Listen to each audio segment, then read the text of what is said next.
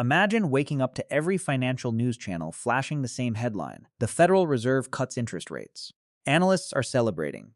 Social media is filled with people claiming this is the perfect time to invest. Friends who never talked about the stock market are suddenly recommending tech stocks and real estate. It feels like the opportunity has finally arrived. But here's the uncomfortable truth. By the time those headlines reach your phone, some of the smartest money in the world has already been moving for months. History shows that markets don't wait for official announcements. They move on expectations. Professional investors spend countless hours studying inflation data, employment reports, corporate earnings, and central bank language because they know prices often change long before the average investor notices. While most people are waiting for certainty, institutions are positioning themselves for probabilities. Think about two investors. Sarah waits until every expert on television agrees that rate cuts have begun. She finally feels confident enough to invest because the news confirms what she hoped to hear. Michael takes a different approach. He understands that markets reward preparation, not perfect timing. Instead of trying to predict the exact day rates will fall, he gradually positions his portfolio as the economic picture begins to shift. A year later, both investors are looking at the same charts. Sarah wonders why many of the investments everyone is talking about already seem expensive. Michael isn't celebrating because he guessed the future perfectly. He's benefiting because he understood how markets usually behave before the headlines caught up. This isn't magic, insider information, or luck. It's simply the difference between reacting to news and understanding how expectations shape financial markets. Prices are constantly trying to anticipate tomorrow, not describe today. That's why investors who wait for absolute certainty often discover that certainty comes with a much higher price tag. So the real question isn't whether interest rates will eventually fall. Every economic cycle changes sooner or later. The question is whether you'll spend that time reacting to headlines like everyone else, or quietly preparing while most people are still looking in the rearview mirror. To answer that, we first need to understand why falling interest rates have such a powerful effect on nearly every major investment in the first place. Interest rates sound like something only economists and central bankers care about, but they quietly influence almost every financial decision you make. Whether you're financing a home, buying a car, carrying a credit card balance, or investing for retirement, interest rates are constantly shaping how expensive or affordable those choices become. That is why a single rate-cutting cycle can ripple through the entire economy in ways that most people never notice until asset prices have already changed. Picture a family shopping for their first home. At higher interest rates, the monthly payment stretches their budget so far that they settle for a smaller house or postpone buying altogether. Months later, borrowing costs begin to fall. Suddenly, the exact same income can support a larger mortgage, and homes that once seemed out of reach become realistic options. Thousands of families making similar decisions create more demand, and that demand can push prices higher long before everyone realizes what is happening. The same principle applies to businesses. When borrowing becomes cheaper, companies can finance new factories, hire more employees, develop new products, or expand into new markets at a lower cost. Investors know stronger growth often follows, so they begin valuing those companies differently even before the benefits fully appear in quarterly earnings. There's another concept hiding beneath the surface that explains why markets react so strongly: the value of future money. Imagine someone promises to give you $100 10 years from now. If interest rates are high, that future payment isn't worth very much today because your money could earn attractive returns elsewhere. But when rates fall, future earnings become more valuable in today's dollars. That simple shift changes how investors price businesses expected to generate most of their profits years into the future. Here's where many people make a costly mistake. They hear that lower rates are good for the market and assume every investment will rise together. Reality is much more selective. Some industries benefit tremendously, while others experience only modest gains or even struggle despite easier borrowing conditions. Understanding those differences is far more valuable than memorizing headlines. Think about a couple who refinances their mortgage and saves $300 every month. Instead of spending that extra cash, they consistently invest it. Over time, lower borrowing costs don't just reduce expenses, they create new opportunities to build wealth. That simple example captures why falling rates matter far beyond Wall Street. Once you understand the mechanics behind the shift, the next question becomes obvious. Which investments have historically benefited the most when money becomes cheaper? When investors hear that interest rates are about to fall, one sector almost always dominates the conversation: technology. Headlines start talking about artificial intelligence, software companies, cloud computing, and innovative startups. Suddenly, everyone seems convinced that buying the hottest tech stock is the obvious move. But the real story isn't about technology itself. It's about how falling interest rates change the way investors value future growth. Imagine two businesses. The first is a mature company that earns steady profits every year. It isn't growing very quickly, but its cash flow is predictable. The second company is expanding aggressively. Right now, it earns relatively little because it's pouring money into research, hiring, and expansion. Investors expect most of its profits to arrive 5 or 10 years from now. When interest rates are high, those distant profits become less attractive. Investors can earn solid returns from safer alternatives, so they're less willing to pay premium prices for earnings that may not arrive for years. But when rates begin falling, that calculation changes. Future profits suddenly become more valuable in today's dollars, making fast-growing businesses look significantly more attractive. This is one reason growth stocks have historically performed well during many rate-cutting cycles. Think of it like planting two fruit trees. One produces a small harvest every season, while the other takes years to mature but eventually delivers an enormous crop. If waiting is expensive, most people choose the first tree. If waiting becomes much cheaper, the second tree suddenly looks like the better investment. Lower interest rates reduce the cost of waiting, and markets often reward companies whose biggest opportunities lie in the future. However, this is where many investors get carried away. They assume every technology company will automatically soar just because rates are falling. History repeatedly shows that's not true. Strong businesses with durable competitive advantages, healthy balance sheets, and growing earnings tend to benefit the most. Companies built on hype alone often disappoint once excitement fades. Consider the difference between a profitable software company with millions of loyal customers and an unproven startup that has exciting headlines but no clear path to sustainable earnings. During periods of optimism, both may attract attention. Yet when reality catches up, quality usually separates itself from speculation. Investors who fail to recognize that distinction often end up buying stories instead of businesses. The lesson isn't that technology always wins. It's that lower interest rates amplify the value of future growth, but only if that growth is credible. Understanding that difference helps investors avoid chasing momentum and instead focus on companies with real long-term potential. Still, stocks aren't the only assets influenced by cheaper money. Another market often experiences dramatic shifts as borrowing costs decline, and its opportunities and risks deserve just as much attention. Few phrases create more excitement in real estate than interest rates are falling.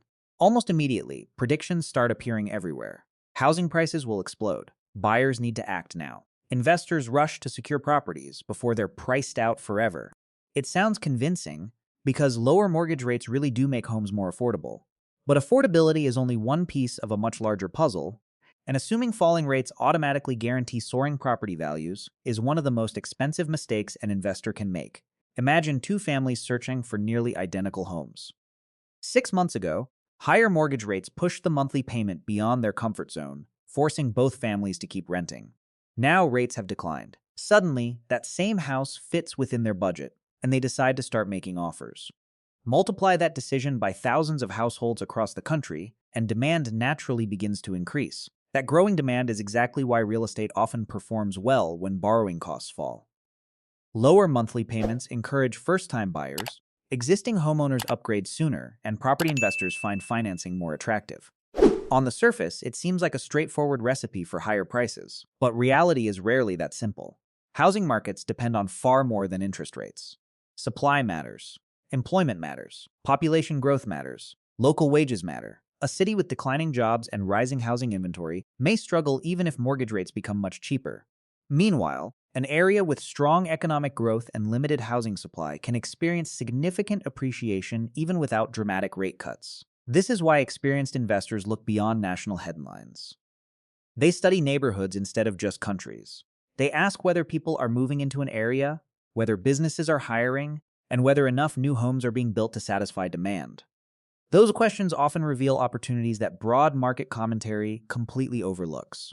For investors who don't want the responsibility of owning physical property, real estate investment trusts or REITs offer another path. Instead of buying an entire house or apartment building, investors can own shares in companies that manage portfolios of commercial buildings, apartments, warehouses, healthcare facilities, or data centers. REITs often respond positively to lower financing costs while providing diversification that a single property cannot.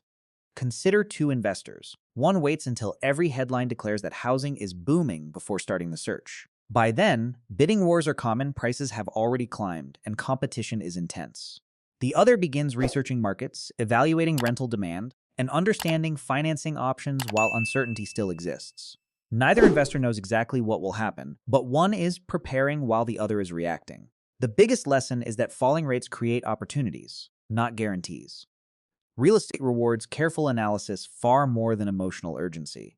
And while property attracts plenty of attention during rate-cutting cycles, there's another investment many people dismiss as boring, despite the fact that it often benefits even more directly from declining interest rates. Mention the word bonds to many new investors, and you'll probably get the same reaction. They're boring. Compared to fast-growing technology companies or booming real estate markets, bonds rarely dominate headlines or spark excitement on social media. Yet during periods of falling interest rates, bonds can become one of the most misunderstood opportunities in the entire market. The irony is that many investors ignore them precisely when they deserve the closest attention. To understand why, imagine you own a bond paying a fixed interest rate of 5% every year. Months later, interest rates across the economy fall to 3%. Suddenly, your bond looks much more attractive because it's paying a higher return than newly issued bonds. If another investor wants that better income stream, they're willing to pay more for your existing bond. That's why bond prices generally rise when interest rates fall. Now flip the situation around. If rates rise instead, new bonds begin offering higher returns, making older bonds with lower payments less attractive. Their prices usually decline. This inverse relationship between interest rates and bond prices is one of the most important concepts in investing, yet it's often overlooked because it seems counterintuitive at first. Think of it like locking in a long-term gym membership at a great price. If everyone else later has to pay significantly more for the same membership, yours suddenly becomes more valuable. Bonds work in a similar way. The fixed payments don't change, but their attractiveness does as market conditions shift. Another factor investors should understand is duration. In simple terms, duration measures how sensitive a bond's price is to changes in interest rates. Generally, longer-term bonds react more dramatically than shorter-term ones. If rates fall sharply, long-duration bonds often experience larger price increases because investors value those higher fixed payments for a longer period. That also means they carry greater risk if rates unexpectedly move higher instead. This doesn't mean every investor should rush into long-term bonds whenever people start talking about rate cuts. Economic expectations can change quickly. Inflation could remain stubborn, central banks could slow their rate reductions, or unexpected events could reshape market expectations almost overnight. Successful investing isn't about assuming one outcome is guaranteed. It's about understanding how different assets respond under different scenarios. One investor spends years dismissing bonds because they don't seem exciting. Another quietly learns how they behave across economic cycles and allocates part of a diversified portfolio accordingly. When rates eventually decline, the second investor isn't surprised to see bond prices strengthening while others scramble to understand what happened. The lesson isn't that bonds are better than stocks or real estate. It's that every asset class has moments when the market dramatically changes how it is valued. Understanding those relationships creates opportunities that many investors overlook. But knowing where opportunities exist is only half the battle, because even with the right information, countless investors still make the same costly mistakes whenever interest rates begin to fall. If you've noticed a pattern throughout this video, it's that successful investing isn't just about choosing the right assets. It's about avoiding the wrong behavior.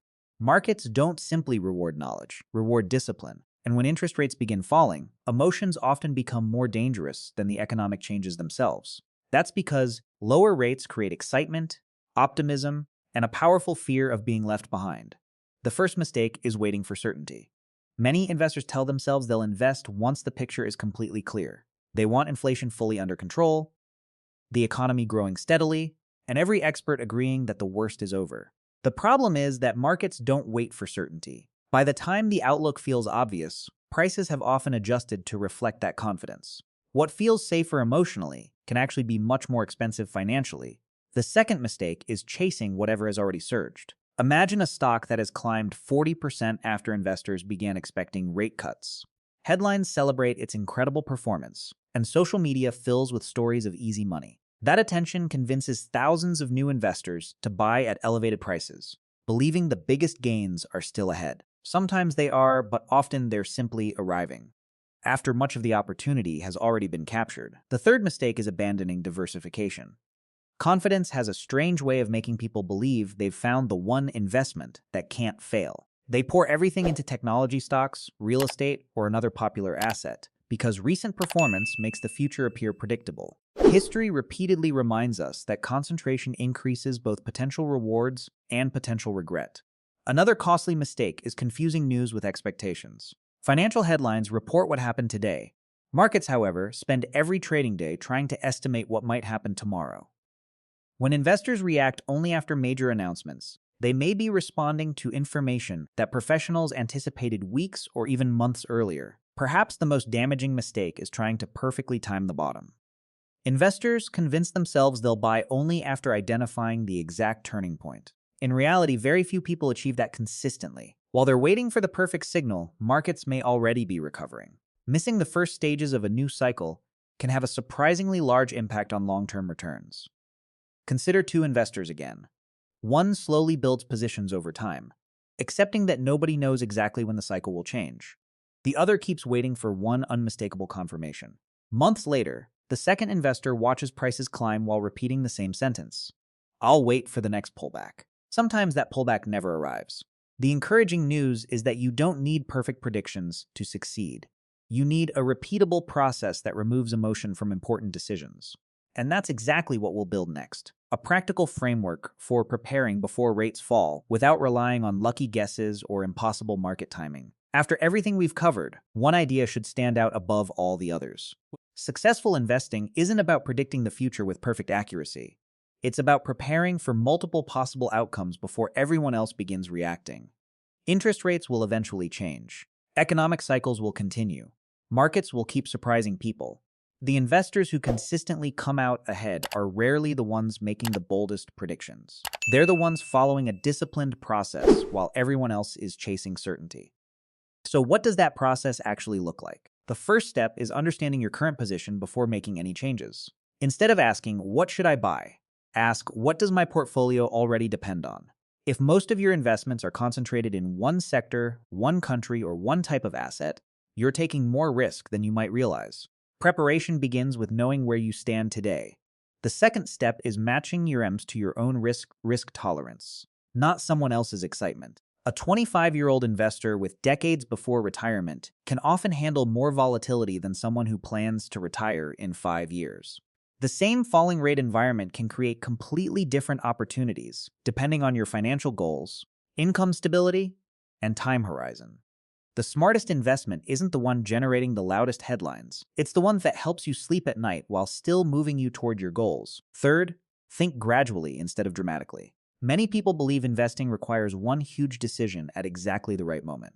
In reality, gradual investing often removes much of the pressure. By adding money consistently over time, you reduce the risk of committing everything at a temporary market peak while still participating if prices continue climbing. It's a strategy that values consistency over prediction. Another overlooked advantage is maintaining flexibility. Holding some cash isn't always a sign that you're missing opportunities. It can provide the freedom to invest when unexpected bargains appear. During every market cycle, moments of uncertainty create opportunities for patient investors who have prepared instead of fully committing at the first sign of optimism. Diversification also deserves one final reminder.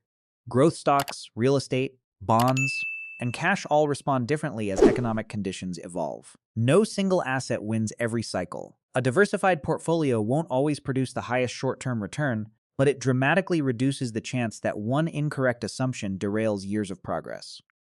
Now let's return to the two investors from the beginning of this video. Sarah waited for headlines to confirm that investing was finally safe.